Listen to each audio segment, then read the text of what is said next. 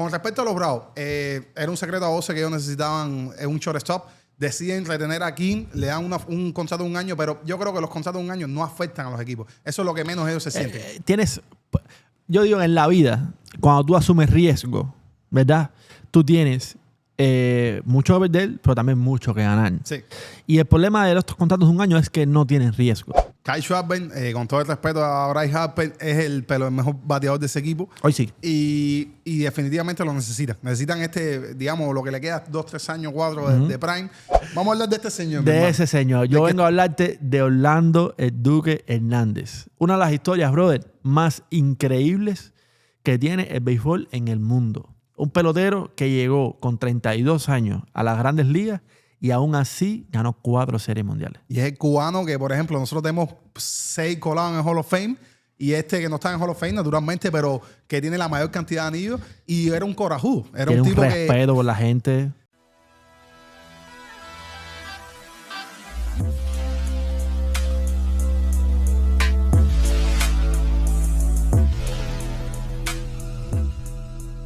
Hola a todos, bienvenidos a un episodio de Christmas de un podcast de las mayores. Aquí tengo el jury mío y todo en honor a Christmas. Sí, te veo, ¿Cómo está todo, Ruso? Te veo acorde a la ocasión.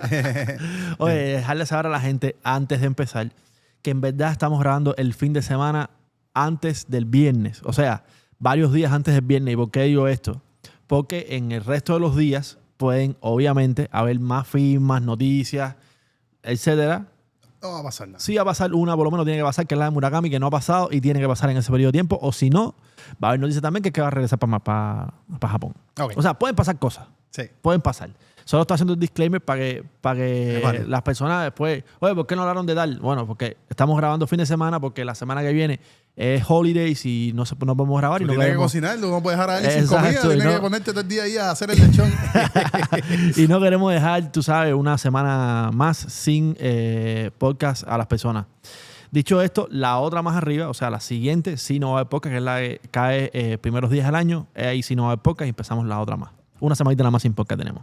Va a estar triste, pero está bien. Sí, nada, pero es fin de año. Va a estar bien, va a estar bien. Está bien, toca descansar y estar bien. con la familia. Vamos a echar un brindis. Tú siempre te me adelantas. Perdón. No me esperas. Discúlpame. No me esperas para abrir la cerveza, mano. Gracias a la cerveza. rubia.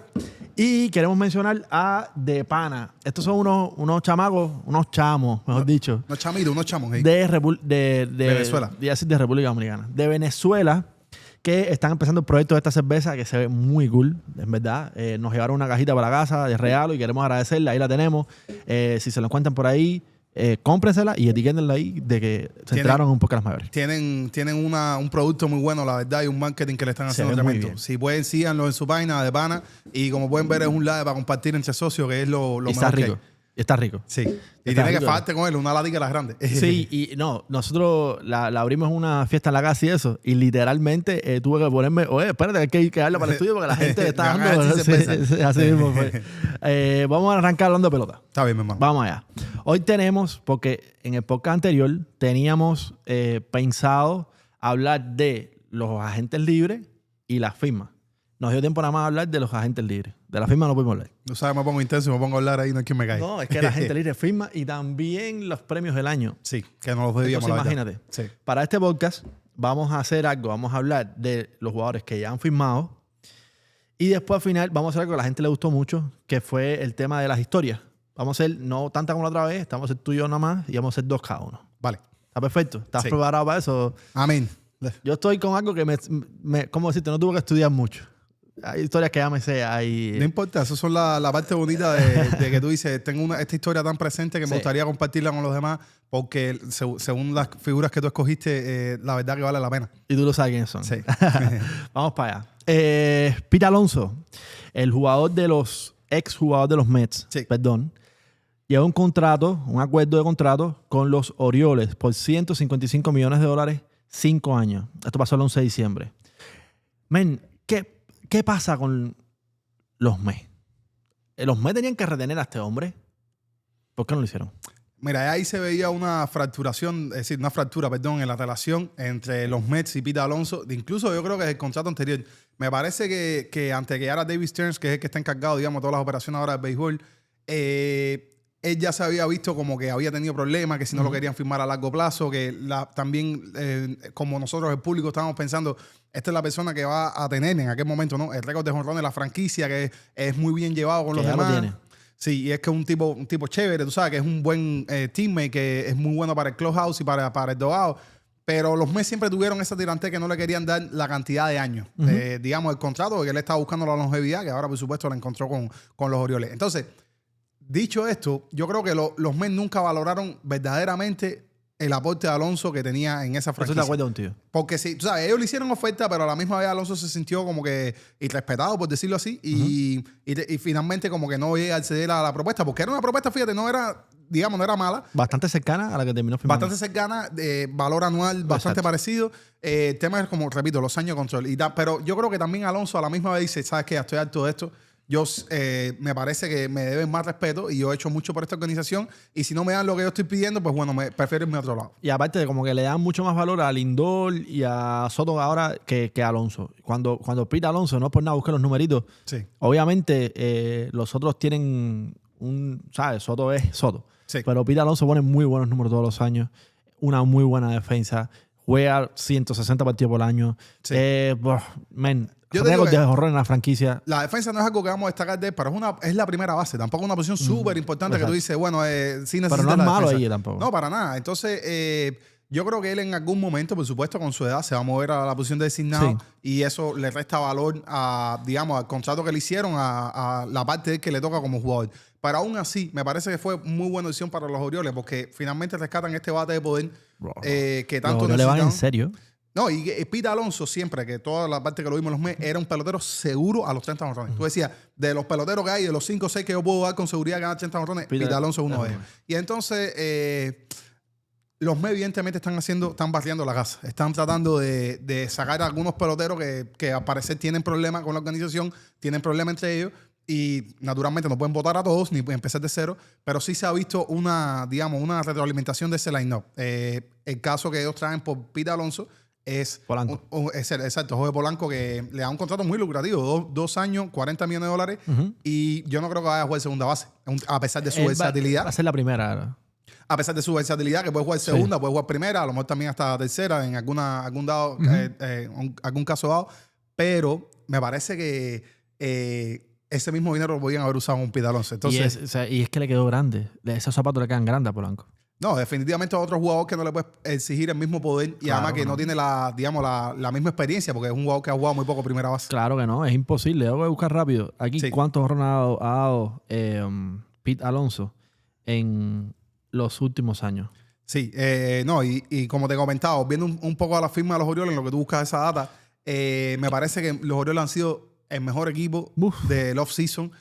Han firmado jugadores, han atacado todas las áreas, incluso tuvieron un trade ahora que involucró a 2 equipos, donde adquieren un lanzador muy bueno. Chambas. Exacto, que es un tipo que te puede estar tirando 2-3 años. Y estábamos hablando, Robert. Un lanzador power, tira 98, 99 millas. Exacto, estábamos hablando, Robert, que los Orioles tienen a Kyle Bradish, que todavía depende, vamos a ver cómo está su salud.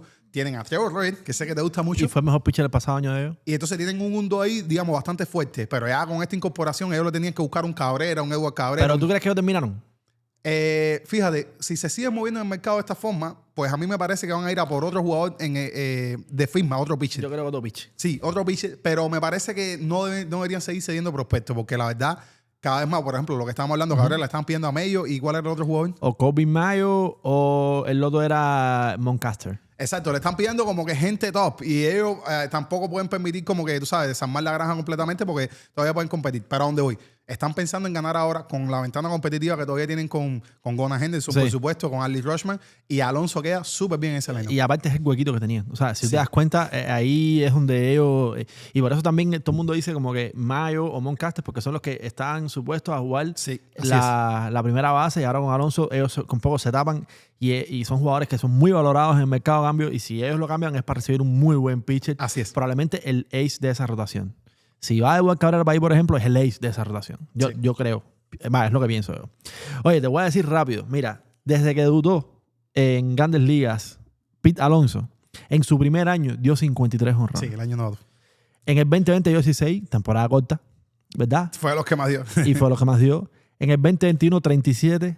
En el 2022, 40. 46 en el 23, 34 en el 24 y 38. Nunca en una temporada de 162 juegos ha dado menos de 30 jonrones. Sí.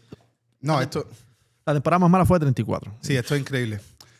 A mí me gusta mucho Alonso, compadre. Siempre lo vi, tú sabes, todo el buen vibe, que toda la buena vibra que tiene. Y la verdad, contento por los Orioles porque estoy esperando una regresión positiva de esos muchachos, de los que les fue muy mal el año pasado. Y vamos a ver el picheo que tal se comporta. Así mismo, mira, una de las cosas que más a mí me parecen importantes de los equipos de Grandes Ligas, que la gente siempre se fija mucho en numeritos.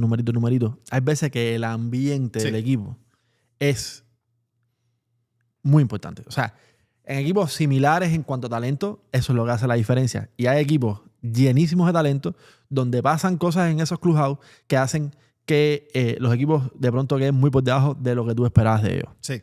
Una señal grande de que el ambiente está bien, que el jugador se siente bien jugando ahí, es cuando un jugador que es muy valorado en el mercado regresa para el equipo donde jugó por a veces menos dinero de lo que hubiese podido conseguir en otro lado. Definitivamente. Y eso fue lo que pasó con Josh Naylor. Josh Naylor llegó de cambio de jugar en Cleveland, Arizona, y después iba a Seattle, jugó la segunda mitad del campeonato, playoff. Y él se sintió tan bien que terminó firmando un contrato por 5 años, $92 millones. Tampoco que le regalaron nada. $92 millones. Un jugador de 29 años. Y esto pasó hace bastante tiempo. Fue uno de los primeros que firmó, sino el primero que firmó este año. Así es. Cuéntame eso. Me parece una firma súper interesante. Yo creo que el valor que te trae Naylor añadido es esa intensidad por la competencia, intensidad competitiva, ¿no? Que el tipo ayuda a que los demás estén dando un máximo. Y es un tipo que él ha aprendido también a no salirse de revolución, a controlarse, porque todos recordamos a Josh Naylor cuando jugaba en Cleveland. Incluso él empezó acá con los Marlins. Es tremendo, la verdad, una firma para que del equipo de Seattle, que no lo pudo lograr este año, su gran objetivo, que era llegar a la Serie Mundial, de los que tenían que aguantar sí o sí, o más bien recuperar, era Josh Naylor. Lo logran. Yo creo que ese equipo luce bien nuevamente para el año que viene. Y es tremendo que lo tenga Cal Riley la temporada completa, porque es uno de los toleteros que puede como que taparlo, ¿no? No le pueden tampoco tirar ahora tan mal a Riley.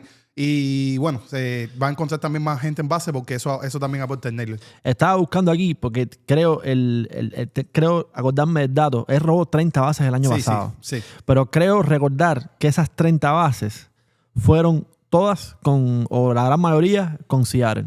O sea, él se soltó un poquito cuando llegó ahí. Parece que le dijeron, tú juegas tu juego, no te preocupes, mete mano. Y déjame ver, stolen bases desde abril estaba robando. Sí, él está robando desde que los Divas. Porque yo creo que este año, y de hecho, te adelanto una cosa, uno de los videos que estoy preparando para esta semana es acerca de robo de base con las estadísticas que tenemos del 2025, que está súper interesante. Y te voy a hablar un poco de esto, porque Josh Naylor es un player que es como yo, que es gordito. El tipo está pasado de peso para la alta competencia.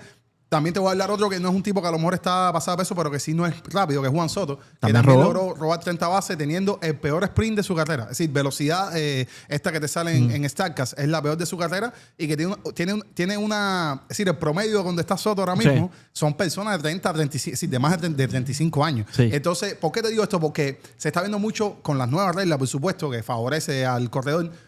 Se está viendo mucho que el timing es muy importante.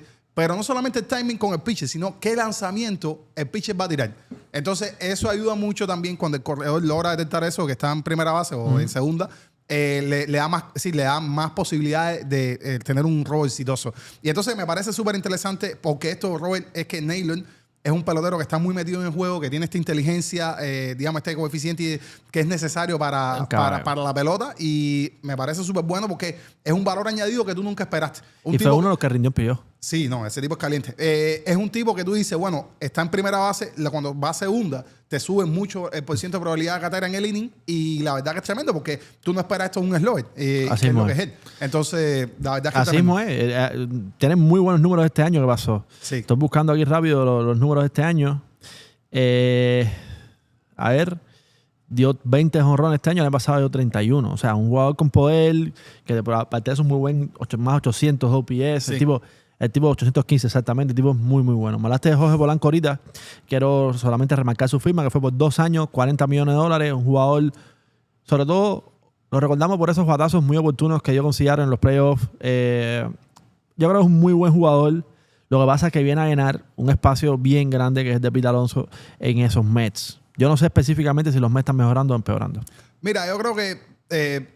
discúlpame que salte un momentico, pero tú hablaste de la química. Ya hablamos de los Mets, que el programa pasado, que Nimmo tuvo problemas con Lindor, que Lindor tuvo problemas con Soto, que entre ellos también McNeil. Pero en Texas, déjame utilizar el ejemplo de Texas, que no lo habíamos comentado. Texas gana la serie campeona, ganan la serie mundial, y de momento ese equipo como que se fractura completamente y salen ahora los reportes de que es que estoy hablando, esto no es chisme, esto lo dijo Kevin Pollard, esto lo dijo el propio Bruce Bochy.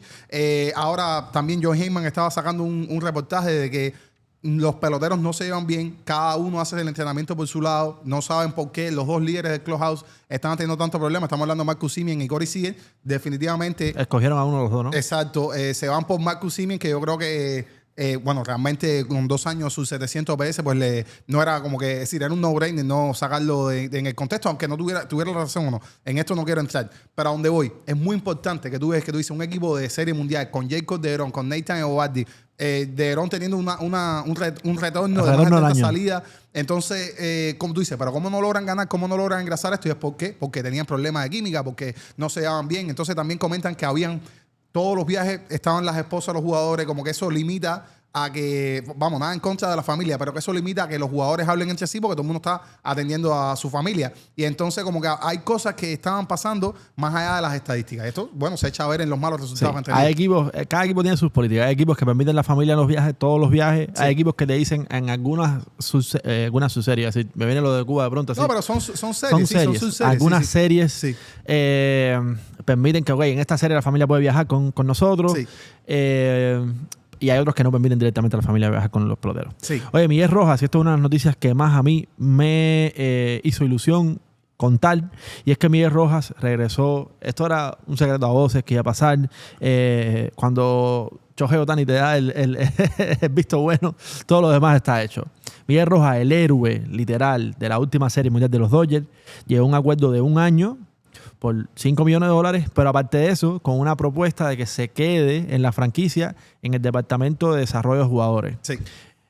Men, súper merecido.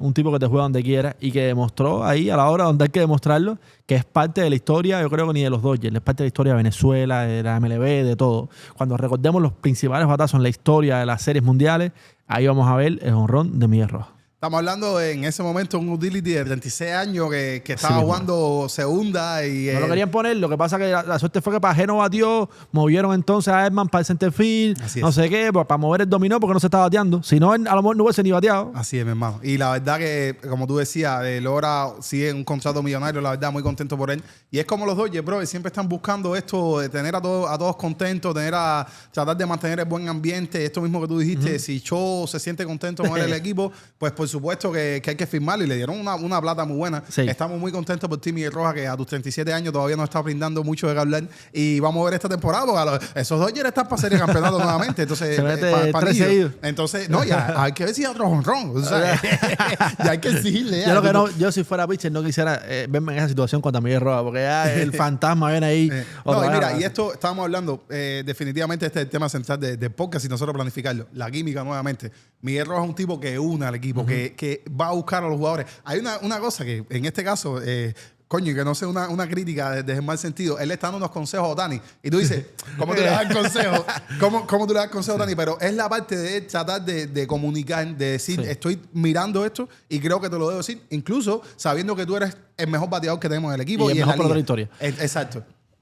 Luis Ojo le daba consejos a Derek Jeter, ¿entiendes? Y como pelotero, Luis Ojo no podía compararse con Derek Jeter. Sí. Y sin embargo, el propio Derek Jeter ha dicho muchas veces que gracias a Luis Ojo mejoró mucho su juego, sobre todo en la parte defensiva. Sí. Entonces, hay veces que hay peloteros que tienen ese don, que la mayoría después terminan siendo manager, porque tienen ese don de ver errores, de tener la capacidad también de comunicar esos errores, porque tú puedes ser muy bueno detectando errores en la otra persona, pero si tú no eres bueno comunicando eso para que no se sienta mal, para que no sea un problema, eso se convierte en algo, en vez de bueno, malo.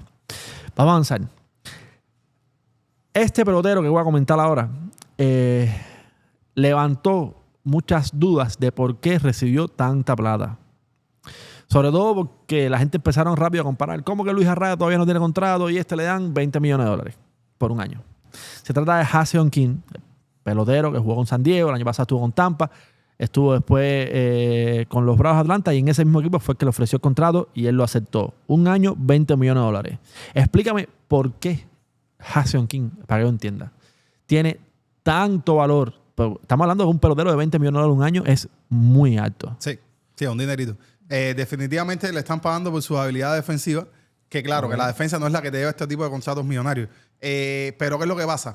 Hay algo interesante. Él se sale de la opción que tenía con el contrato que era 16 millones y dice como que voy a probar el mercado a la agencia libre, pero ya como que él tenía un sentimiento de querer quedarse en Atlanta, porque tengo entendido que le ofrecieron más años en otros, es decir, otros equipos le ofrecieron más años. Pero quiso eso. Pero es que él eligió este año para usarlo como trampolín. Esto lo hemos visto últimamente con los peloteros que prueban la suerte. El mismo Alonso lo hizo. Prueban la suerte un año para ver cómo les va y si les va bien, pues reciben un contrato mucho mejor. Con respecto a los Bravos, era un secreto a voces que ellos necesitaban un shortstop. Deciden retener a Kim, le dan un contrato de un año, pero yo creo que los contratos de un año no afectan a los equipos. Eso es lo que menos ellos se sienten. Yo digo, en la vida, cuando tú asumes riesgo, ¿verdad? Tú tienes mucho que perder, pero también mucho que ganar. Sí. Y el problema de estos contratos de un año es que no tienen riesgo. Entonces, exactamente. Okay, no hay cómo, o sea, pero no tampoco vas a ganar mucho, porque ahora, por ejemplo, Ha-Seong Kim es parte central de estos, supongamos tiene muy buena temporada, es parte central de estos Bravos de Atlanta. Mi pregunta es, ¿se te va el año que viene? Entonces, ¿qué tú haces? Entonces, le pagaste por un año, pero a lo mejor si tú arriesgas y le pagas por más años, y ese es el problema con los Marlins, por ejemplo, que últimamente todos los contratos que dan son de un año. Sí. Entonces, por ejemplo, si Christopher Morel viene, tiene el explote que en algún momento se creó que ya tiene en Grandes Ligas, batea muchísimo, ¿qué hiciste? Lo vas a perder igual. Lo vas a perder, brother. Entonces, aprovecha, dale un poquito más dinero al año a lo mejor, pero ofrecerle un contrato por 3, 4 años si confías en él. Si no confías en él, no lo traigas. También hay que ver que eso, ahora mismo tengo la respuesta a mano, la clase del 2026 agentes libres para los shortstop. A lo mejor también dice, no nos vamos a matar con este porque los agentes libres que estamos previniendo que van a estar en el mercado, pues bueno, nos podemos matar a alguno de ellos. Así es. Pero sí, definitivamente fue una firma muy interesante. Te diría que con respecto a Rae, lo que gana es la necesidad de tener un shortstop. Ellos tuvieron se me fue el nombre del muchacho, Nick Allen. Que lo cambiaron. Pero además que fue muy defensivo, le ocupó esa plaza, pero no bateaba nada, bro. Entonces, también a la falencia que estaba teniendo el equipo en general, pues esto hizo que se echara más a ver, ¿no? Lo poco que bateaba este muchacho. Entonces, ellos sí necesitan un shortstop, es una posición premium que se paga un poquito más cara que los demás, y ahí lo tienen. Sí. Ha-Seong Kim, bueno, resolvió 20 milloncitos, 4 millones más de lo que tenía esperado. Y mira, este mismo caso sucedió a la inversa con Shane Bieber. Shane Bieber sí hizo la opción, tomó la opción del equipo, que era $16 millones por un año. Súper raro esto me pareció, porque un pitcher normalmente siempre resuelve un contrato y por más años. Y entonces, él dice que él se siente tan bien en Toronto. Exacto. Que él Ahí es decidió donde coger menos dinero, porque eso, yo estoy convencido que él iba a coger por lo menos 20 millones si él se iba a la agencia libre. Y entonces, y más después que las 11 salidas que tuvo en temporada. Y más después del contratazo que le dieron a Ilan Cis. Sí. Entonces, interesante esto, como él, por ejemplo, es uno de los que hizo como que al revés, que eso casi nunca se ve. Pero es que o sea, para los peloteros, la única variable que hay no es el dinero, mano. ¿Entiendes? Sí, definitivamente estamos en un negocio. Influye, es lo que más influye probablemente. Pero hay otras variables que te pueden hacer tomar una decisión entre dos opciones. Tú dices, ok, prefiero sentirme bien, mi familia se siente bien, estamos bien todo el mundo, irme y entonces tener que mudarme para no sé dónde. O sea, vale mucho el hecho de tener un buen ambiente y un buen, no solo en el equipo entre los jugadores, sino también con los dirigentes y saber también que estás en un lugar que vas a competir y tratar de ganar. Sí. Eso es muy importante para los deportistas. Estos son tremendos competidores. Sí. Oye, avancemos. Kyle Schwarber. Este era uno de los que más interés tenía. Va a estar en el Clásico Mundial con Estados Unidos y, sin sorpresas, se quedó ahí en los Phillies. Hubo varios equipos que reportaron interés, entre ellos los Piratas. Leí cada cosa, el equipo favorito ruso. Leí cada cosa de equipos interesados. Vaya, increíble. Por cierto, hay que hablar de rumores de trade también. Y recuérdamelo, que no se me olvide antes de que terminemos, que de Marte está sonando fuerte para los Tampa Bay Rays. Sí. En cambio. Eso a mí me parece bien interesante porque ellos acaban de cambiar a su segunda base. Hablando en los para los piratas. Así mismo es, para el equipo favorito ruso. Eso ya bautizado. Entonces Kyle Schwarber se queda con los Phillies, un equipo que confía en estos muchachos, darle otra oportunidad más, muy parecido a lo que han tenido todos estos años. No han reforzado de gran manera, tampoco se han debilitado de gran manera. Sí. Kyle Schwarber, con todo el respeto a Bryce Harper, es el mejor bateador de ese equipo. Hoy sí. Y definitivamente lo necesitan. Necesitan digamos, lo que le queda 2, 3 años, 4 de prime. Y me parece que... Mira, te voy a comentar algo. Fue la firma más importante, yo creo, de las reuniones invernales. Ahora tú estabas comentando que no nos vamos a ver más hasta el año que viene y tal, pero en este periodo es casi muerto. No es como que hay un deadline, pero nadie ama, nadie estaba haciendo negocio, todos los peloteros están con su familia y entonces como que no nos vamos a perder mucho probablemente. Pero a la misma vez, las Winter Meetings cada vez yo las veo con menos intensidad. Y estoy contento que se haya dado la firma de Kyle Schwarber porque era algo, yo creo que los Phillies lo tenían pensado. Vamos a ir a ofrecerle este dinero que no va a decir que no. Es difícil de suplir ese pelotero después. Y yo creo que los Phillies hicieron muy buena oferta. Sí. Para tú competir contra esa oferta tenías que irte muy por encima y darle 7 años, 8 años. Entonces, exacto, un pelotero que tiene 33. Sí, estás corriendo demasiado riesgo. Y el programa pasado estuvo hablando ahí de la velocidad del swing. Yo creo que se va a mantener bien, pero aún así tú no tienes que estar pagándole a un pelotero 30 y pico de millones cuando está en sus 37 años. Exacto. Entonces... muy bien por los Phillies en este caso, bien por Kyle Schwarber. Ahora tienen que seguir recuperando, no tienen receptoría. Van a tener los jardines los tienen ocupados, pero bueno, el center field es bastante joven, tienen a Dolly. Y vamos a ver cómo sigue la cosa. Philly no se ve tan fuerte, digamos, como años anteriores que tú decías, son incluso favoritos de llegar a la Serie Mundial. Es que es el mismo equipo envejecido. Exacto. ¿Entiendes? Ese es el problema. Y sobre todo en la parte de picheo, yo pienso sobre todo Aaron Nola no es lo mismo. No, Aaron Nola, la verdad que le ha ido muy mal. No es lo mismo. A pesar de que es un gran pitcher, contrato ya con edad avanzada. Sí. El contrato de Kyle Schwarber, que no sé si lo mencioné, fue de 5 años, $150 millones con los Phillies. Esto fue un designado. Oye, David Ortiz está así como diciendo, ay, si mi hueso tocó esta época. Oye, el que también revolucionó el contrato. Mira, estuvimos en el derby de jonrones que hicieron aquí en Miami, la gente del barrio, creo que se llama algo así, donde fueron todos estos muchachos. Brother, y lo que se estaba hablando ahí todo el tiempo era de Dylan Cease y el contrato con los Blue Jays. Sí. No me acuerdo si estábamos los dos, supongo que sí, que alguien nos mencionó, iba a decir el nombre, pero no, a lo mejor no lo digo, había varios pitchers que estaban cerca de llegar a West 2, sí. Equipos que estaban cerca incluso de cambiar a sus pitchers, y cuando surgió la noticia de que Dylan Cease le dieron $210 millones, todo el mundo recogió y dijo, espérate, vamos a empezar a negociar otra vez. Sobre todo Framber Verde. Sobre todo Framber y Ranger Suárez. Sí. Esta gente dijeron, espérate. Porque si a este tipo le están dando un contrato de $210 millones por 7 años, sí.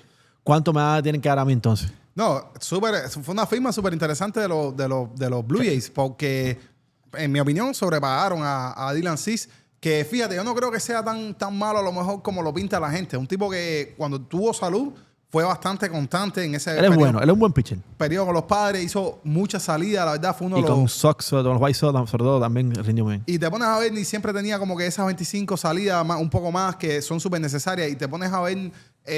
tipo como pelotero tiene calidad, es decir, como pitcher, tiene buenos lanzamientos, y no es para ser a lo mejor el primer pitcher del equipo, pero en esta rotación de los Orioles que tiene de los Blue Jays. Gracias, de los Blue Jays tiene muchísimo. Yo también adicionaron, discúlpame, me salga Cody Ponce, un pelotero que lo traen de la KBO, que tiene un power changer muy parecido a un splitter, que va mucho con la dinámica que tiene el pitcher ahora mismo. Dylan Cease, ellos lo están trayendo porque piensan que puede ser la pieza diferente a esta rotación. Y sin duda alguna, yo creo que le va a brindar calidad, pero no es lo que te va a brindar por 7 años, 200 millones. Exacto. Por lo que tú estás pidiendo. Yo creo sobre todo que el Dylan Cease de hoy, él puede retomar su nivel. Yo estoy de acuerdo con eso. Un pelotero que solo tiene 30 años. Pero no es el Dylan Cease que salió de los Chicago White Sox, que todo el mundo lo veía como la joyita de que todo el mundo quería tener en su equipo. Sí. Ese pelotero no es, que era el ace de esa rotación y lo cogieron como un ace también, ¿entiendes? Yo creo que no lo es. Me sorprende mucho ese contrato y sobre todo me sorprende mucho qué va a pasar, todo expectante, con los pitchers que quedan en el mercado y cuánto dinero van a recibir. Otro de los peloteros que saltó del barco de los Mets, Edwin Díaz. El mejor cerrador de las Grandes Ligas junto con Chapman este año. Hombre, se fue de los Mets. Steve Cohen tiene que estar rabiando, mano. Rabiando. Recibió un contrato por parte de los Dodgers. O sea, si algo le faltaba a los Dodgers, era un poquito bullpen. Aquí recibieron mucho Recibieron a uno de los mejores cerradores de los últimos 5 años. Yo creo que es mejor. Para no ser absoluto. Él solo tuvo problemas en el clásico, la lesión, que el año siguiente no pudo pichar, después regresó con algunos problemas, pero ya volvió a velocidad crucero. Sí. Un monstruo. Edwin Díaz tiene 32 años y el contrato es de $3.069 millones. Al parecer, yo vi una entrevista de él que los Mets le habían ofrecido una cantidad, él dio o sea, como son las negociaciones, tú me ofreces, yo te digo, no, súbete.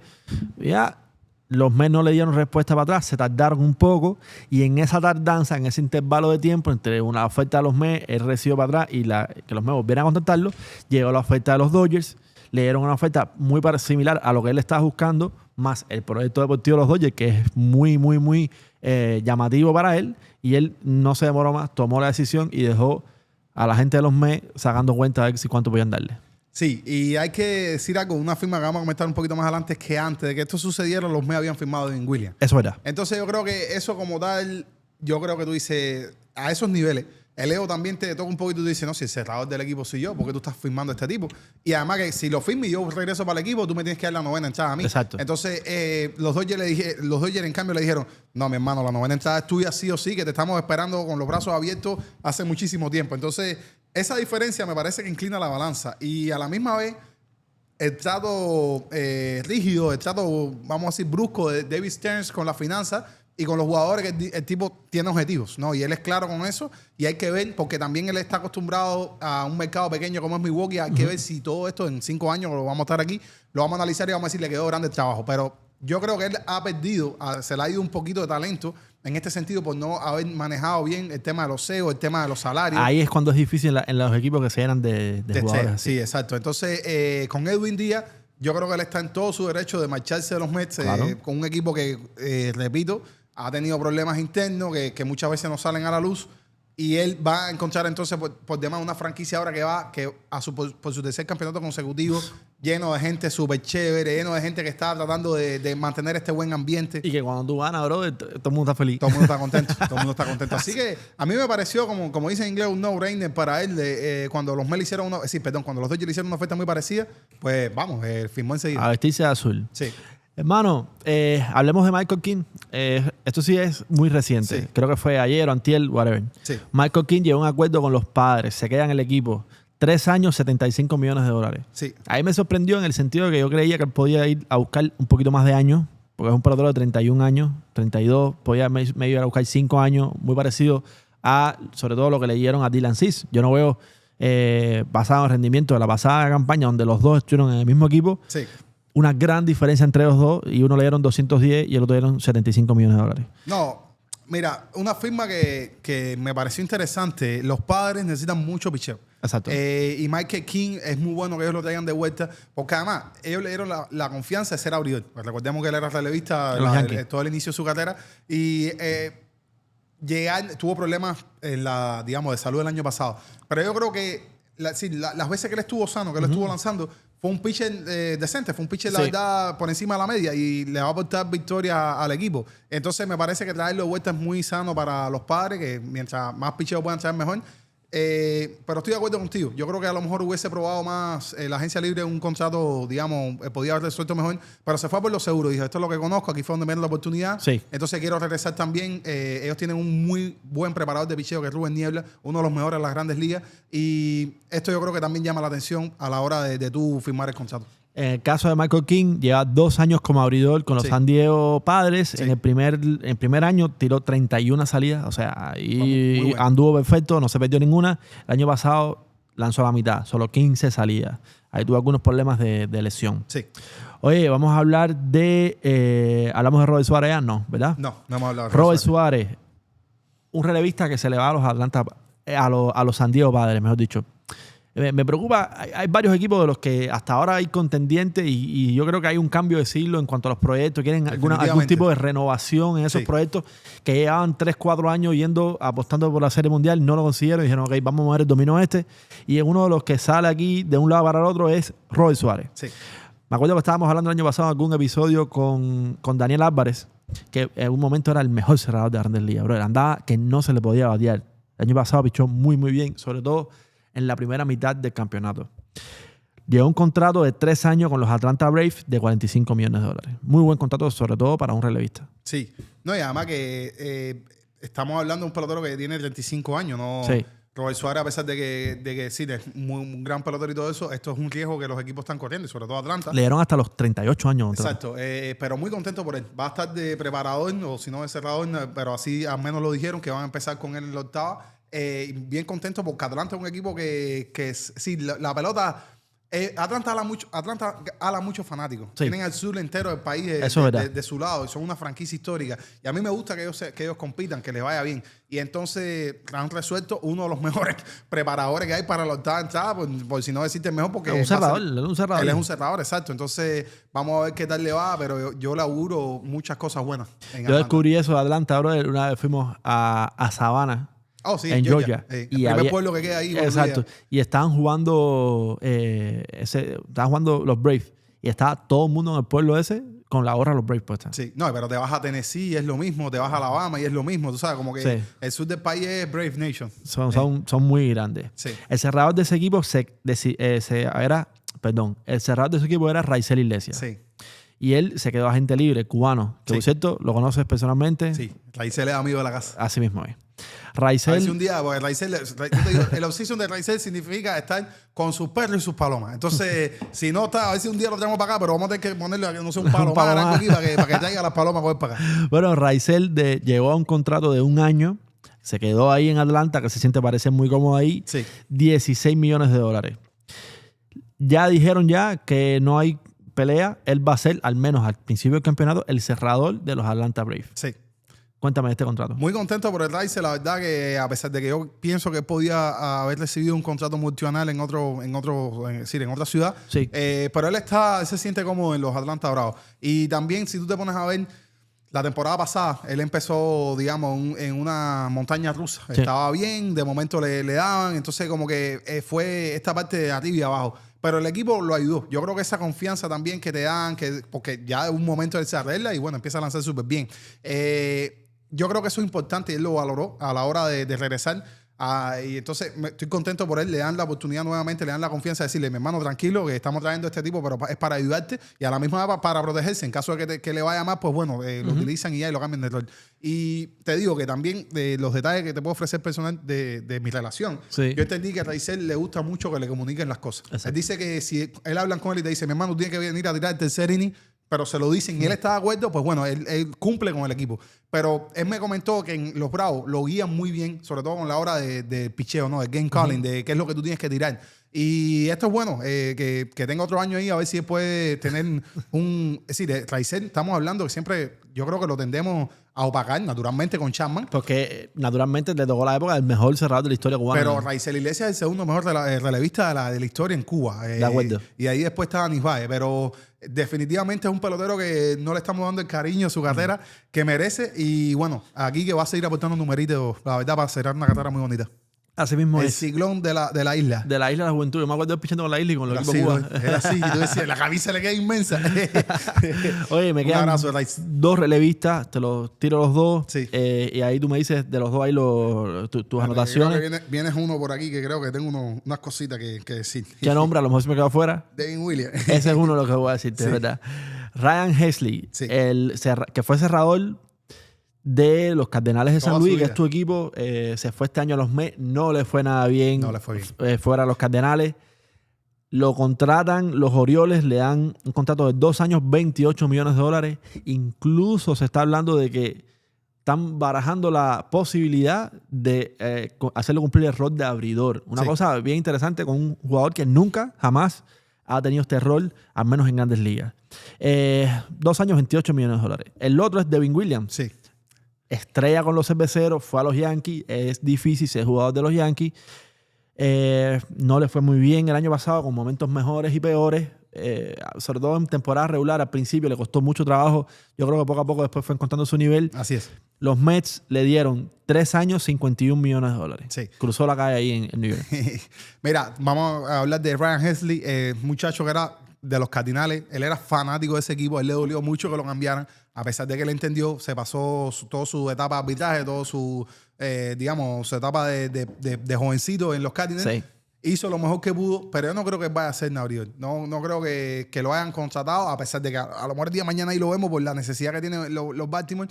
Pero me parece que él es un buen cerrador. Él, el tiempo que estuvo con los Cardinals, logró ir de ser muy regado, muy loco, a mejorar mucho su control, a mejorar mucho la situación de juego. Y hubo un momento que incluso fue de los mejores de la cerradores que había en las grandes ligas. Entonces, contento por él. Como te decía, él, una firma que no se habla es de los Orioles que ellos rescatan al principio de temporada. Creo que es una de las primeras que sucede. Andrew Kittredge, el apellido se me va un poquito ahí la pronunciación.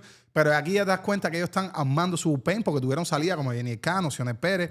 Pero aquí están como que reforzándose un poquito con sangre nueva. Bueno, ya Kittredge estaba ahí. Pero con Henley que tiene esa parte de, coño, me fue muy mal con los Mets, me están dando un contrato bueno, por 14 millones de dólares, tremendo contrato por televista, y vamos a ver, va a tener las ganas de estar en un proyecto nuevo con aspiraciones. Y un proyecto ganador, están metiéndole plata. Exacto, entonces, bueno, con respecto a Devin Williams, hermano, quería hablarte, están mis amigos yanquistas, con el perdón de ustedes, porque yo sé por cierto, los Yankees retomaron otra vez la política, se fueron las barbas. Devin Williams me parece que los hizo sufrir mucho. Sí, bro. Pero yo vengo a hablar bien de él. A Devin Williams yo estaba mirando las estacas, que es un ejercicio que sé que te gusta hacer. Cuando tú te pones a comparar el 2024 con el 2025 en cuanto a la calidad de sus lanzamientos, ahí no ha cambiado nada, hermano. Él sigue siendo un gran pitcher. Este famoso lanzamiento que él tiene, él tira más el cambio que la recta. Él es un pelotero de dos lanzamientos.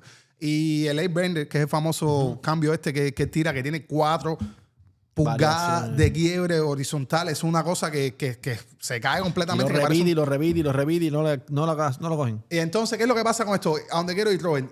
Si tú te pones a comparar el eight-bender del 2024 con el del 2025, son lo mismo. A lo mejor cambia ligeramente, que no sé qué tanto puede influir esto. Me parece que es imperceptible el ángulo de salida de 23 a 21, cuando tú te pones a mirar ahí en las estacas. Okay. Pero si tú te pones a ver en la calidad del stuff de picheo, estaba leyendo que el tipo tuvo mejor calidad incluso que la del 2024.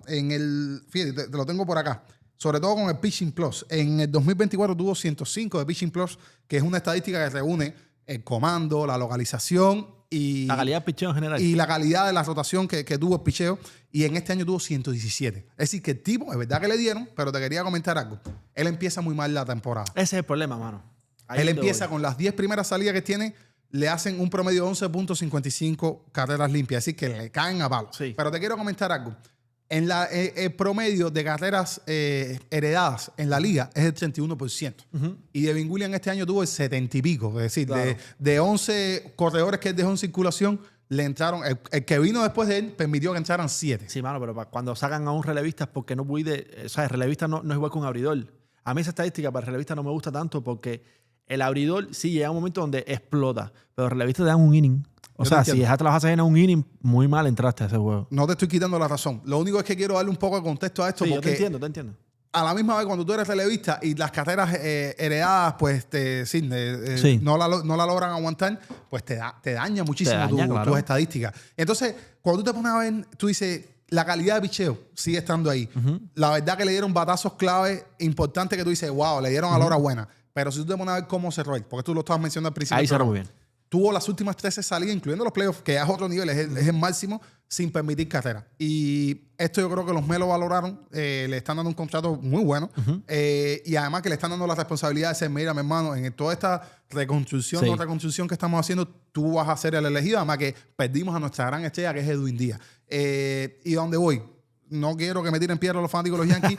No estoy diciendo que tuvo una buena temporada, pero cuando te pones a ver un FIP de 2.65 contra un ERA de 4 y pico, tuvo mala suerte. Tú te das cuenta que ahí hubo factores que... Sí, y la realidad es que cuando el pitcher, el bateador tiene un bate en la mano ahí, tú puedes hacer el picheo más espectacular del mundo y el bateador te puede... Sí, entonces, vamos, que él cerró bastante bien y yo creo que él es un gran pitcher, brother. A mí Devin Williams me gusta mucho, la verdad, y espero que le vaya muy bien a los Mets. Yo quisiera que a los Mets les fuera bien. Vamos a ver. Estoy cansado que cojan palos. Oye, yo creo que estamos listos. Quedan obviamente muchos otros jugadores que han llegado a acuerdos con equipos.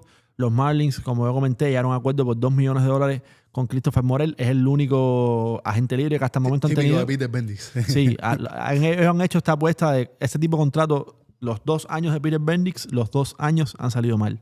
Primer año lo hicieron con Tim Anderson, después lo hicieron con Cal Quantrill. Ninguno de los dos dio el nivel. Pero es como tú dices, no se puede decir que aceleran más porque tú no sabes. Está bien, pero no es... O sea, yo me gustaría ver más movimientos pensando en un mediano plazo, no solo en... Te entiendo, hermano. Te entiendo y estoy de tu lado. ¿Verdad? Me parece que es lo que tiene que hacer un equipo joven, seguir sumando talento joven al equipo, con control. No, y si vas a tener estas piezas por un año que sean veteranos de impacto. Que Exacto. Dice, este tipo me puede enseñar cuando yo estuve en un slump qué fue lo que él le pasó. Cuando tenía impacto en el equipo. Exacto, que tenía cansancio, no sé, ya en julio estaba matado. ¿Qué yo hice para 100%. Para revitalizar mi temporada? Pero bueno, 100%. Sí. Ellos están hablando, hay mucho conversación esta última semana. He escuchado con el que era el cerrador de Tampa Bay Rays, que se llama... Peter Fairbanks. Ese buenísimo. Eso es una super. Eso sí, ese sería un pelotero que a mí me ilusionaría que llegue a los Marlins. A mí también. No debo decir yo que no. Sí. Ahora, las diferencias están en que los Marlins, una vez más, le están ofreciendo un solo año de contrato. Él está esperando algo más. Sí. En cuanto a tiempo, no la cantidad de millones. Los Marlins están bastante cerca con el dinero, pero solo un año. Sí.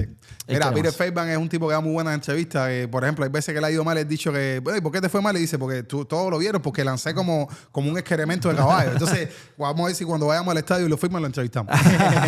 Ese eres tú, que tú hablas mejor inglés que yo, bro. Nada, vamos, se lo vamos a hacer en español. Es más, Eli la que va a hacerle la entrevista.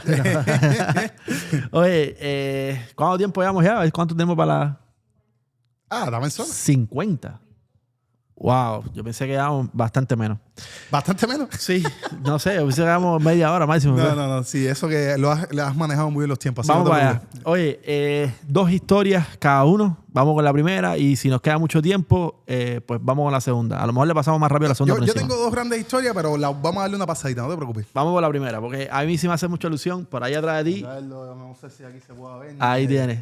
Dime, Eli, ¿cómo estoy? Aquí estoy. ¿Se ve bien? ¿Cómo se ve? Okay. Vamos a hablar de este señor. De ese señor. Yo vengo a hablarte de Orlando el Duque Hernández. Una de las historias, brother, más increíbles que tiene el béisbol en el mundo. Un pelotero que llegó con 32 años a las Grandes Ligas y aún así ganó 4 series mundiales. Y es el cubano que, por ejemplo, nosotros tenemos 6 colados en el Hall of Fame y este que no está en el Hall of Fame, naturalmente, pero que tiene la mayor cantidad de anillos y era un corajudo. Tiene un respeto por la gente. Era un tipo que imprimía respeto, como tú dices, en el terreno, que era un competidor tremendo, que tiene este tipo de jugadas increíbles, un IQ por encima de la media. Y sí, Duque Hernández es no solamente un ídolo para los cubanos, sino para muchos latinos también. Así mismo es. Orlando Hernández, mano, el caballo. Porque para mí es una persona, y por eso lo traje como una historia increíble, porque es una persona que nos enseñó, bro, que la vida puede cambiar en un minuto, ¿entiendes? Tú puedes vivir mucho tiempo creándote planes, que voy a hacer, y yo espérate, que quiero reunir, porque quiero... Y, bro, hay veces que pasan cosas que no están en tu control, que te cambian la vida totalmente. Sí. Y a él le pasó así. Así es. Orlando Hernández, increíblemente, a pesar de que es una superestrella de los industriales, el equipo de La Habana nació en Villa Clara. Sí, es importado ahí. Los industrialistas tienen siempre ese tipo de trampa. Pero no importa. Empezaron los mataceros con la envidia. Pero no importa. Oye, muy buena victoria para ir para Varadero. Concho, pero con Kendry pasó lo mismo, mano. Oye, bueno, en fin. Dale. Orlando, el Duque, es considerado para muchos el pitcher más inteligente de su generación. Sí. ¿Por qué? Porque este tipo era el mejor pitcher de Cuba, brother, y no era el que más duro tiraba. Así no era el que la curva más impresionante. Sí tenía wind-up más impresionante. Así es. Pero sobre todo su inteligencia y la forma en que él colocaba sus picheos era lo que le hacía la diferencia. Y eso es lo que le ayudó también después a poder cumplir en Grandes Ligas sin tener el brazo súper de un joven de 25 años. Así es. La inteligencia. ¿Qué pasa y por qué yo dije que el Duque le cambió la vida en un minuto y no por una decisión de él? Él era el mejor pitcher de Cuba, valorado, el tipo era el caballo del equipo nacional. Él no tenía mentalidad de irse de Cuba. 32 años, ya se te fue el taxi, como aquel que hice. ¿Qué pasa? En el año 1996, su hermano, que es famoso, que lo entrevistamos aquí, tuve el placer de hacerlo, I Love You Miami, toma la decisión de irse de Cuba. Obviamente, todo el mundo sabe el cuento de cómo se quedó Liván Hernández. ¿Qué pasa? Y todo el mundo sabe cómo funciona la dictadura de Cuba. Sí. Cuando se va el hermano de Duque, que era la superestrella del equipo Cuba, rápido la seguridad del Estado en Cuba le va encima y casi que le arruinan la vida intencionalmente para de alguna manera castigar al hermano que se fue. O sea, castigaste al que viró. Es una cosa ilógica, pero bueno, eso pasó en Cuba. Sí. ¿Cómo lo castigaron? Mi hermano, le prohibieron pisar cualquier terreno de pelota en la isla de Cuba. Sí. El Duque, que lo único que sabía hacer en su vida era jugar pelota, como dice los peloteros, que no se tiran mezclas. Así mismo. Le prohibieron jugar pelota en toda Cuba. No podía pisar un terreno de pelota. Sí. Imagina tú cómo tiene que haberse sentido ese hombre. Por el otro lado, el hermano llega aquí, rápido le da un contrato de $1 montón de millones de dólares, empieza a pichar con los Marlins y ese mismo año incluso el Duque, en su casa, en un televisorcito así chiquitico, logra ver al hermano ganar la Serie Mundial. Y tú quieres mucho a tus hermanos y tú quieres que triunfen, obviamente. Pero tiene que ser de alguna manera frustrante, tú decir, coño, yo quiero también vivir eso. Sí. Porque él le tocó, sin poder pisar un terreno de pelota, ver al hermano decir I love you Miami y ganar la Serie Mundial de 1997 siendo el MVP de la Serie Mundial. Sí. ¿Qué pasa? Esa misma situación que él no quería irse de Cuba porque tenía familia en Cuba, hijos, etc. Pero el mismo sistema lo obliga a tomar la decisión de irme porque aquí ya no puedo hacer nada. ¿Verdad? Sí. Él toma la decisión de irse de Cuba. Sí. Con 32 años. Lo repito cada rato porque la gente tiene que entender que no es fácil para un deportista. O sea, a esta edad es cuando los deportistas empiezan a ir para atrás. Ya ahí tú no, para arriba tú no vas. Sí. Y él se va de Cuba. En una lancha. La lancha se queda botada en una isla. Lo recogen, lo meten preso en Bahamas. De ahí se va, que si no me acuerdo ni para dónde, Costa Rica, una cosa de esa. Costa Rica, se va a Costa Rica. Lo salvan, lo sacan. Él hace una cosa muy interesante, que él se fue no solo, sino con unos amigos. Así es. Y él dice, no, porque obviamente lo sacan porque él representaba un dinero y había un interés talento, con que él fuera libre, un interés económico en que él fuera libre. ¿Qué pasa? Él dice, no, espérate, si no me voy, si no se van mis amigos, no me voy yo. Eso es increíble, ¿verdad? Eso es increíble. Me gusta mucho que hayas rescatado esa parte de la historia. Eso es increíble. Y obliga a la gente que estaba interesada en que él saliera de esa prisión, que literalmente lo iban a volver para Cuba, que no me imagino si sin irse las cosas que le hicieron, regresando lo que le iba a pasar, Uf. ¿verdad? Él y todos sus amigos llegan a los Estados Unidos. Pero ahí empieza el problema, porque los equipos empiezan a interesarse en él, pero empiezan a hacer un pitcher de 32 años que nunca ha pichado una pelota en Grandes Ligas. No sé. Los Yankees es uno de los equipos que, increíble, el equipo más duro de las Grandes Ligas, lo miran y le dan la oportunidad de mirarlo. Y lo va a ver el mismo Steinbrenner. ¿Cómo es que se llama? El dueño. El dueño. Sí, sí. El dueño de los Marlins. Steinbrenner, ya. El dueño de los Marlins. Ojalá. El dueño de los Yankees. ¿Y qué pasa? El tipo lo firma. Lo interesante aquí es que tenía la nota porque a él le preguntan, a George Steinbrenner le preguntan, oye, ¿qué viste en el Duque para firmarlo? Y dice, en verdad no sé. No sé. No sé exactamente qué tenemos aquí, pero algo me dice que va a funcionar. Esa fue la frase que él utilizó. Imagínate tú, no veían una velocidad increíble, no veían una curva increíble, no veían nada increíble. Un pitcher de 32 años así, la franquicia más importante del mundo del béisbol, le dio la oportunidad de jugar ahí. El impacto del Duque en las Grandes Ligas fue, brother, rapidísimo. El tipo entró y demostró rápido que estaba ready y llevaba un tiempo sin pichar. Ya estaba afuera. Estaba tiempo sin poder pisar un terreno de pelota. Rapidísimo impactó. En justo su primer año, en 1998, tuvo 12 ganados, 4 perdidos y un promedio de carreras limpias de 3.13. O sea, un promedio de carreras de 3. Imagínense hoy, un pitcher que tire 3.13 de ERA. Eso es muy bueno. Sí. Pero la verdadera historia de él empieza en octubre. Así es. Cuando llegan los playoffs y donde los niños se separan de los hombres. O al revés, la frase, ¿no? Bueno, ahí es donde el Duque demuestra que él es el rey de octubre. En la postemporada en 1998, solo un año después de que su hermano había ganado con los Marlins la Serie Mundial, el Duque gana 4 juegos, 0 perdidos y un ERA de 1.83. Aparte de eso, ganó todos los juegos decisivos. Ganó el juego divisional, todos le tocaron a él y todos los ganó.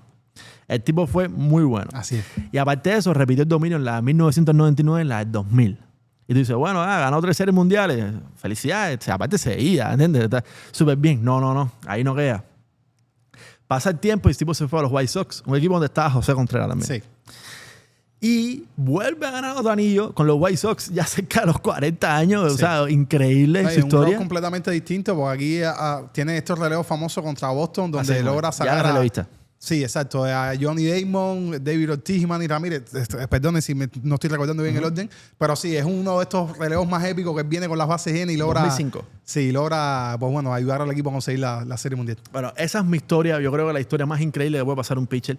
Solo quiero rescatar una historia personal. Sí. Y esto es para Duque. Ojalá, brother, que de alguna manera él lee este pedacito. Quizás cuando uno viene para acá, uno no se da cuenta el impacto que uno tiene en la isla, en Cuba, en la gente que está allá todavía. Yo siendo un niño, recuerdo perfectamente ir con mi papá a ver al Duque pichar en casa de un amigo que tenía una antena. Sí. Y había que ir escondido a ver el día que el Duque pichaba, en este caso era con los Mets. Así es. O sea, imagínate, brother, lo importante que tú eras para todo el mundo en Cuba, que la gente iba escondido, que todo el mundo sabía cómo era el problema de Cuba con las antenas, a verte pichar el día que tú lanzabas. O sea, mano, ese tipo es... Lo que tú representas para nosotros es mucho. Es mucho, brother. Así y era como ir a la iglesia, Robert. Era algo que no se podía faltar porque en mi familia también lo vimos así, hermano. Así era una cosa que... Sobre todo en nuestro caso lo escuchábamos más por Radio Martí y las salidas de él que tenían y cómo... O sea, cualquier transmisión que se nos pegara. Perfectamente. Y si no cogíamos un VHS, tú sabes, que nos llegaba después, pero la salida del Duque había que verla. Y entonces uno siempre lo defendía, hermano, porque yo me acuerdo que aquel tiempo mis tíos discutían y decían, no, pero es que hoy tuvo mala suerte. Y le habían caído palos, pero no, es que hoy tuvo mala suerte y que fulano no hizo su trabajo y Mengano siempre defendían al Duque. Y te quería comentar algo, rescatar nada más un pedacito de la parte de cómo él empieza como pelotero. El Duque, con el récord que tú ves que tiene Industriales, te das cuenta que el equipo siempre juega al máximo, bro, porque el Duque tiene esta parte de liderazgo natural que ahora, yo lo he visto jugando softball ahora ya que tiene sus años, y el tipo, bro, es el que más grita, es el que más josea, es el que dice batea por mí, es el que dice que todo el tiempo está diciendo, oye, ¿cómo tú no vas a coger el rol? ¿Sabes? Como que está bien metido en el juego. ¿Y por qué fue tan exitoso? Tú lo dijiste, porque era muy inteligente y sabía qué lanzamiento utilizar en cada situación y los guardaba. Tú viste ahora, ponte a ver, brother, ahora mismo cuando salgas de aquí, una salida del Duque en los 90, los principios de los 2000. Tú viste ahora todo el mundo tira sweeper. Búscala del Duque. Así mismo entonces, eso es muy interesante. Entonces, el tipo como que tenía las mañas, tenía los distintos ángulos de salida para... ese guayno hermoso que tenía con ese pie por ahí arriba. Era otra historia. Entonces, la verdad, muy contento de haber presenciado tu carrera, hermano, y que eres el gran orgullo cubano. Y demostró, mira, no era ni el más fuerte, ni el más alto, ni el que más duro tiraba, ni el más joven. Firmó y mira la carrera tan hermosa tú en Otra cosa que te quiero comentar del Duque, el tipo tiene una presencia tremenda, bro. Cómo camina, cómo se expresa, cómo se viste. Sí. Yo creo que todo esto es importante, hermano. Así y no solamente es con los peloteros, sino con la prensa, cómo tú tratas a los fanáticos. Yo llegué aquí una vez, bro, en 2015 llegué acá, 2016 voy yo a una locura esta Tropical Park. El tipo estaba echándose su tabacón con su familia, no sé qué. Y yo pues, se me aguaron los ojos, hermano. Y yo fui y lo saludé. Y el tipo me dio un abrazo y todo. ¿Verdad? Y yo digo, mi hermano, mira este tipo como, ¿sabes? Es real. El tipo está aquí, ¿sabes? Como que muy bonito, la verdad. Es uno de los momentos más grandes de mi vida. El tipo, por supuesto, ni se acuerda de esto. Yo tengo la memoria, porque obvio, yo no vi al Duque pichar en Cuba. Yo nací en 94. Sí. Pero tengo la memoria tan exacta de mi papá y su amigo contándome quién era el Duque. O sea, mira, ese de ahí es el Duque, no sé qué. Ese es un caballo aquí con los Industriales, no sé qué.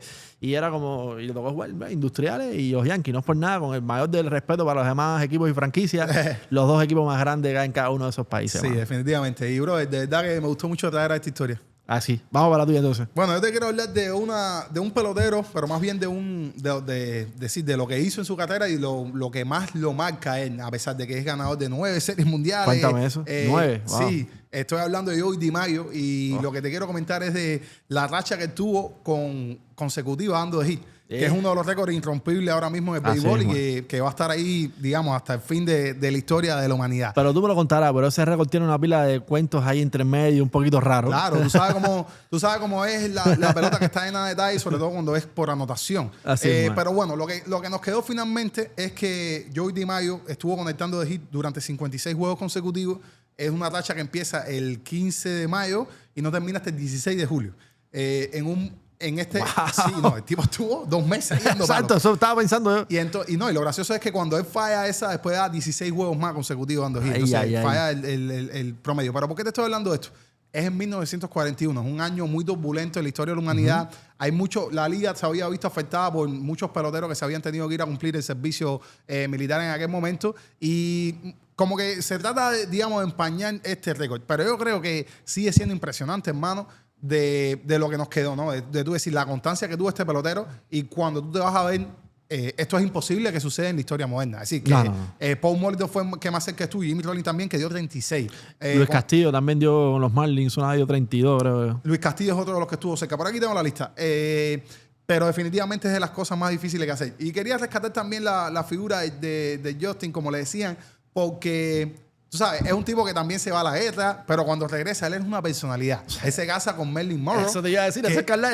Sí, que es como decirte el sex symbol o uno de los primeros símbolos es el sex symbol más grande que ha habido nunca en Estados Unidos. Así es. Y entonces, para que tú veas dónde estaba Joey DiMaggio y, tú sabes, a las esferas que se movía, el presidente lo llamaba, como que tenía una relación tremenda en el mundo. Qué buen tiempo para el béisbol ese. Exacto. Entonces, te quería hablar de esta racha. En 56 partidos batió 408 y es súper interesante porque, ¿sabes? Como que no solamente era que lograba los hits, sino que también en toda esta racha estaba mirando los partidos, logró muchos boletos. Es decir, que estaba en una máquina en basarse 1100 y pico OPS, te puedo leer los números. Pero sí te quería destacar de que Joey DiMaggio tiene 2 DiMaggios más, 2 hermanos que juegan en las Grandes Ligas. ¿Oh, sí? Dom y Rob. Yo no sabía eso. No, súper interesante. Uno juega con Boston, es el más chiquito, que era muy bueno, era de incluso calidad All-Star, y tienen la condición de que son los únicos 3 hermanos que han jugado All-Star en las Grandes Ligas. Entonces, era una familia bien de béisbol, muy buena, muy interesante. Y esto, para que tú veas, también lo pensé con los amigos yanquistas, Poli bueno y Poli malo. Te tiré con Dave Williams, pero ahora te traigo DiMaggio. Nada, pero sí, súper interesante. Yo creo que es de los mejores porque también cuando tú ves los videos del center field, era muy elegante, hermano. ¿Sabes? Corría, se desplazaba. Lo hacía todo en el terreno y sin duda alguna es de las figuras más grandes que ha tenido el béisbol y ostenta uno de los récords más difíciles de romper. Qué nice el movimiento cultural que era la pelota en ese momento de la historia, brother. Era como el deporte, quizás, estamos hablando de Joe DiMaggio, lo que quizás es Cristiano Ronaldo hoy en el mundo. O sea, era el deporte que la gente miraba no están las superestrellas que salían con las estrellas de cine, que eran gente súper bien respetadas por la sociedad, pero aparte de eso, muy reconocida. El béisbol yo creo que ha perdido ese papel de protagonismo porque se ha un poco abierto un poco hacia varios deportes del tema, pero en algún momento, brother, el béisbol era como el deporte más importante de los Estados Unidos. Pero bueno, yo creo que lo es todavía. Sí, no, definitivamente es muchos años de tradición. Y te quería comentar de que sí, él se convirtió en uno de los mejores jugadores de los Yankees. Tengo aquí las cositas, 9 veces campeón mundial. Esto es algo, ¿sabes? Muy difícil. Estamos hablando del equipo más grande de la historia, como tú estabas mencionando. Y yo creo que él consolidó, esto lo ayudó a consolidarse este tipo de racha, este tipo de eventos, porque cuando tú hablas, tú dices, si los 56 juegos de DiMaggio, el número mágico, pero no habla de que el tipo se echó 9 series mundiales. Entonces, fue parte de un equipo muy competitivo. Los Yankees del 40 no logran clasificar en el 41, empiezan muy mal. De hecho, te comento algo, el tipo estaba batiendo 180 en los 20 juegos anteriores a empezar esta racha. Él sale de un slump y de momento empieza a batear y no para de batear. Y los Yankees en estos juegos, en los 56 juegos, estos van 42 y 14, como que tienen una racha impresionante. Y es como que toda la mítica esta que envuelve a las grandes figuras yanquistas y es de las historias que te quería decir. Me dijiste que tenías la lista de los jugadores que más tienen racha ahí. Dímela, bro, porque me interesa. Tú sabes que el cuento de Luis Castillo, ¿cómo fue? Luis Castillo empezaba esta racha y dice él que él llegó a un momento donde tú has estado en de los Marlins, no tienen esa cantidad de periodistas siempre arriba de ellos. Dice que de pronto él veía como que todos los días estaba repleto de eso y todo el mundo preguntándole y que cuando finalmente un juego que falló, él sintió un alivio muy grande. Sí, yo me acuerdo de eso, hermano. Yo estuve con Luis, tuve el placer, bro, de estar este año, temporada que pasó, espero esta temporada que viene poder hacerlo también, ahora lo vamos juntos. En el Fan Fest, Gigi Quintana y José Luis Nápoles me invitaron a la transmisión de radio. Y ahí estuve conversando con ellos y llega Luis Castillo y soy parte de esta gente y la entrevista a Luis Castillo con esta gente. O sea, eso fue para mí, imagínate. Déjame decirte que ahí cuando estuvimos en Marlin te dieron información privilegiada de lo que hasta no lo vamos a soltar porque después no nos van a echar más. Me encanta la porque siempre me entero de una pila de chismes. Viste, pero sí, yo creo que viene algo bueno para el fanático de los Marlins. Sí, seguro que sí. Te tengo la lista para acá. Joey DiMaggio, 56 hits, 1941, porque escucha los años. Willie Killen, Baltimore Orioles, 1896. 800. Cuando en Cuba estábamos peleando nuestra tercera edad de independencia. No sé si conoce a este señor Pete Rose, 44, con los Cincinnati Reds, 78. Big Dane, un tipo que lo hizo en 1894. Wow. George System, 1922. Ty Cobb, 1911, que hizo 40. Paul Molitor, que te estaba comentando, 39 en 1987. Y Jimmy Rollins, 38, con los Philadelphia Phillies 2005-2006. Tommy Holmes, 1945. Luis Castillo con 30...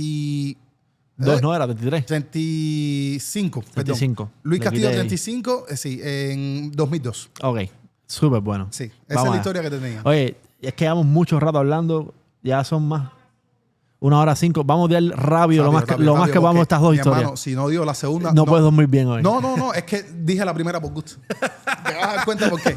Querían las dos juntas. Sí. Buenísima esa. Voy a ir lo más rápido que pueda con la Fernando Manía, brother. Me hacía mucha ilusión hablar de esto. Porque es uno de esta gente, brother, que crearon un movimiento tan grande en grandes ligas en tan poco tiempo. Sí. Que hoy día todavía, bro, mueve Los Ángeles cuando hablan de Fernando, el dueño de la Fernando Manía, bro. Sí. Eso es increíble. Este jugador nace, se me fue el apellido. Valenzuela. Coño, se me fue el apellido, bro. Fernando Valenzuela. Este jugador nace en vale, lo tengo por aquí, déjame. Fernando Valenzuela, vamos para allá. Nace en 1960, ¿verdad? Y tiene un origen mexicano. O sea, viene de México, de un lugar bien, bien pobre en Sonora, México. Él es un jugador que viene de esos lugares bien, bien pobres. Un jugador zurdo y que nadie esperaba nada de él en la MLB. Voy a ir lo más rápido que pueda, como dije. Sí. Llega a la MLB, a los Dodgers, pero llega con, ¿cómo decirte? Nadie nunca vio en él un jugador que iba a poder impactar en las grandes ligas. Eso no se esperaba de Fernando Valenzuela. Así es. Él fue un pitcher que, como te digo, no tenía como no era ese prospecto que se creía que podía llegar y ser una superestrella. Nunca estuvo en un top de prospectos, ni hubo marketing alrededor de él, de que espérate que va a llegar ese pelotero, ni nada de eso. Llega a las grandes ligas y rapidísimo también, como mismo lo hizo el Duque, impacta. Sí. Durísimo. Tiene en su primera temporada 8-0 con 0.50 en juegos consecutivos. Dime algo. 5 juegos completos y 4 blanqueadas, digamos. Sí.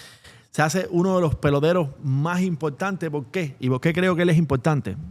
Porque crea un movimiento de la comunidad latina en Los Ángeles que iba a verlo a él solo cuando, o sea, no solo cuando él lanzaba, sino que cuando él lanzaba el estadio se repletaba con banderas mexicanas y era muy importante para Los Ángeles y conectó a este equipo, sobre todo con el país de México. Sí. Y entonces, todavía hoy día es el equipo, no porque está Shohei Ohtani ahora, ¿verdad?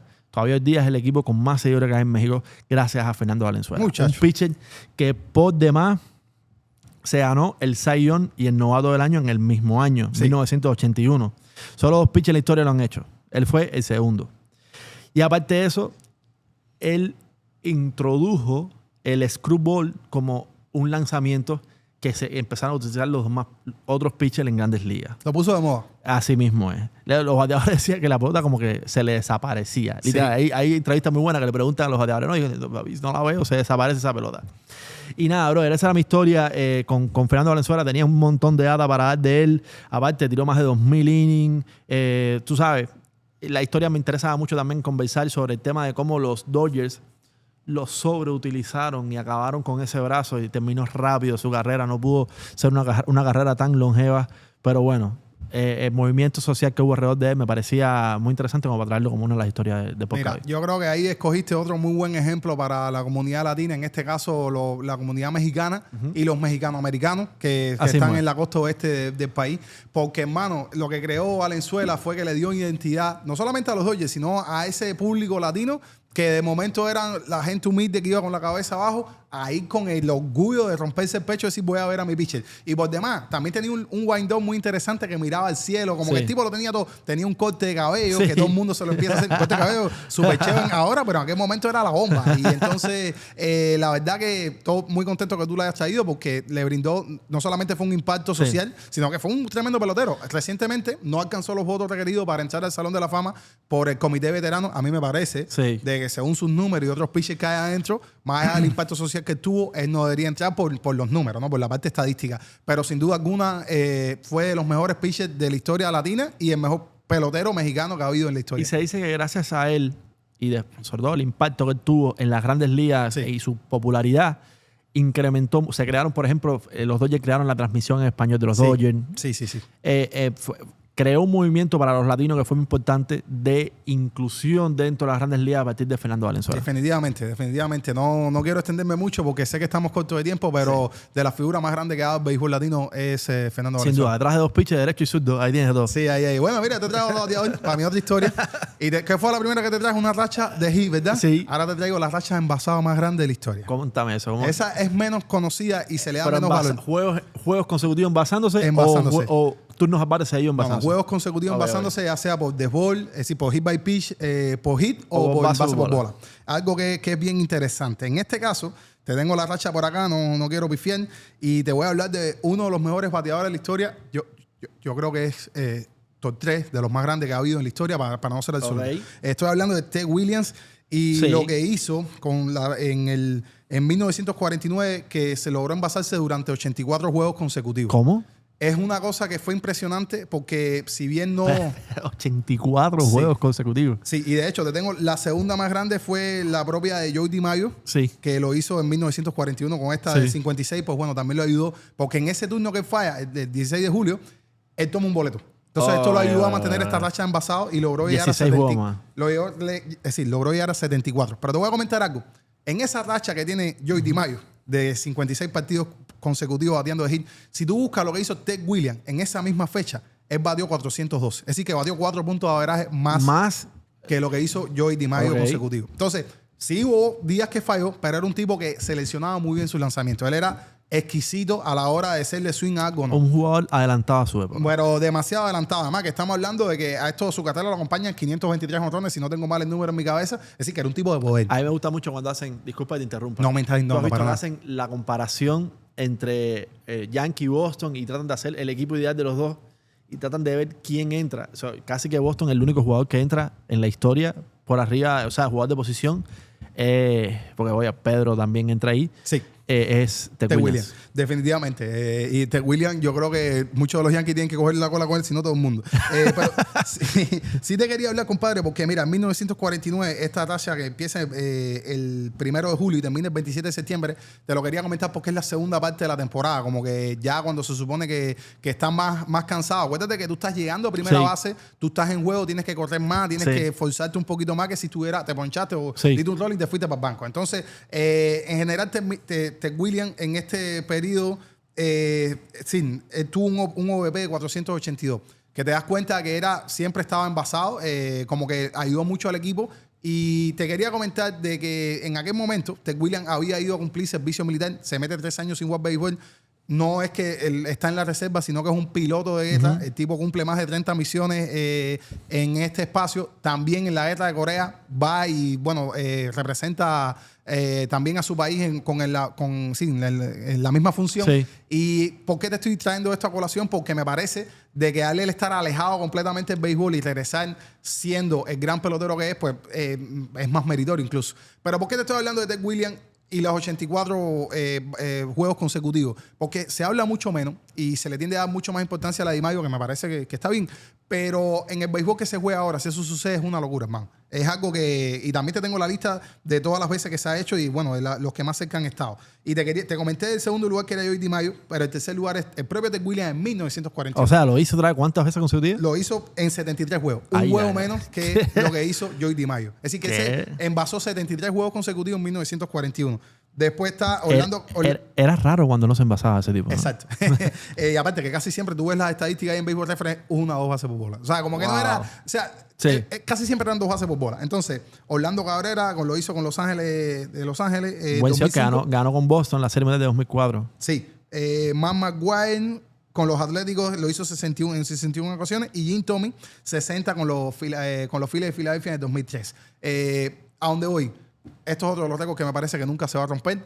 Y Ted Williams, quiero cerrarte la historia porque se vincula con Joey DiMaggio. Resulta que en 1949 el dueño de los Yankees, déjame buscar los números por acá para darlo con propiedad, el dueño de los Yankees y el dueño de los Boston están teniendo unos tragos, se están tomando unos tragos, están compartiendo, están hablando y lo que acuerdan es cambiar en un 1-por-1 a Ted Williams por Joey DiMaggio. ¿Qué? Eso, ¿Cómo es? Esto no te estoy hablando, no te estoy pifiando, hermano. Esto es una historia real. Lo puedes buscar en MLB.com, en ESPN. ¿Cómo es? Y ellos acuerdan en su borrachera, en su trago, de que al otro día, No me lo puedo creer, bro. al otro día ellos van a hacer un 1-por-1 y van a cambiar a Ted Williams por Joey DiMaggio. En Boston está el hermano de Joey DiMaggio, que te estaba comentando, que ya es una estrella. No es la superestrella, pero es una estrella en ese equipo. Entonces, como que se veía bastante, tú sabes, posible que sucediera eso. Pero Joey DiMaggio es 3 años más viejo que Ted Williams en este caso. Y al parecer el tipo cuando se despierta de Boston, pues dice... Tenía un mensaje por la mañana. ¿Te acuerdas que te dije? Dan Tobin era el dueño de los Yankees y Tom Jockey era el dueño de los Red Sox. Estaban discutiendo que había sido un 1-por-1 y fue en 1948. Pero resulta que al otro día el tipo se despierta y parece que la curda se lo había pasado y dice, mi hermano, espérate que este tipo no me la sabía. 3 años más viejo, dame un outfielder. Y ese outfielder que era, te estoy hablando que ya esto depende de la fuente que tú busques, puedes encontrarte lo que sí o que no, pero el outfielder que él pide es nada más y nada menos que Yogi Berra. Es decir, que ellos iban a dar a Ted Williams y a la... Yogi Berra era receptor, ¿no? Sí, era receptor, pero recuérdate que él empieza su carrera en los jardines. Él después se convierte en receptor. Es decir, que un ícono gigante de los Yankees estuvo a punto de ser traspasado y no hacer carrera por Ted Williams, que sin duda alguna era mejor que Joey DiMaggio. Era el mejor pelotero de su época, pelotero fuera de generación, con poder, con capacidad de envasarse, con capacidad también de, digamos, un conocimiento increíble de juego que hacía mucho mejor al equipo. Estuvo a punto de ser cambiado por 2 grandes yanquistas. Como hubiese cambiado la historia. Exacto. Y no sucedió porque el dueño de los Yankees dijo, me estás pidiendo demasiado ya. Y en realidad, pues bueno, el cambio no sucedió. Pero sí quería traerte la historia de estos 2 grandes jugadores que de cierta forma se entrelazan. Brother, te voy a proponer una dinámica para cerrar el podcast. Y aparte, hermano, se va a poner muy contento porque nos está insistiendo en que hagamos algo así desde hace meses. Ok. Enfoca a Russo, por favor. Esto es la siguiente. Quédate en silencio. O sea, algo se ríe. Quédate en silencio. Espérate. Quédate en silencio hasta que yo diga un jugador mejor que Ted Williams. Ok. No puedes hablar hasta que yo diga un jugador mejor que Ted Williams. ¿Estamos claros? Alex Rodríguez. Roger Maris. Tampoco. Yogi Berra.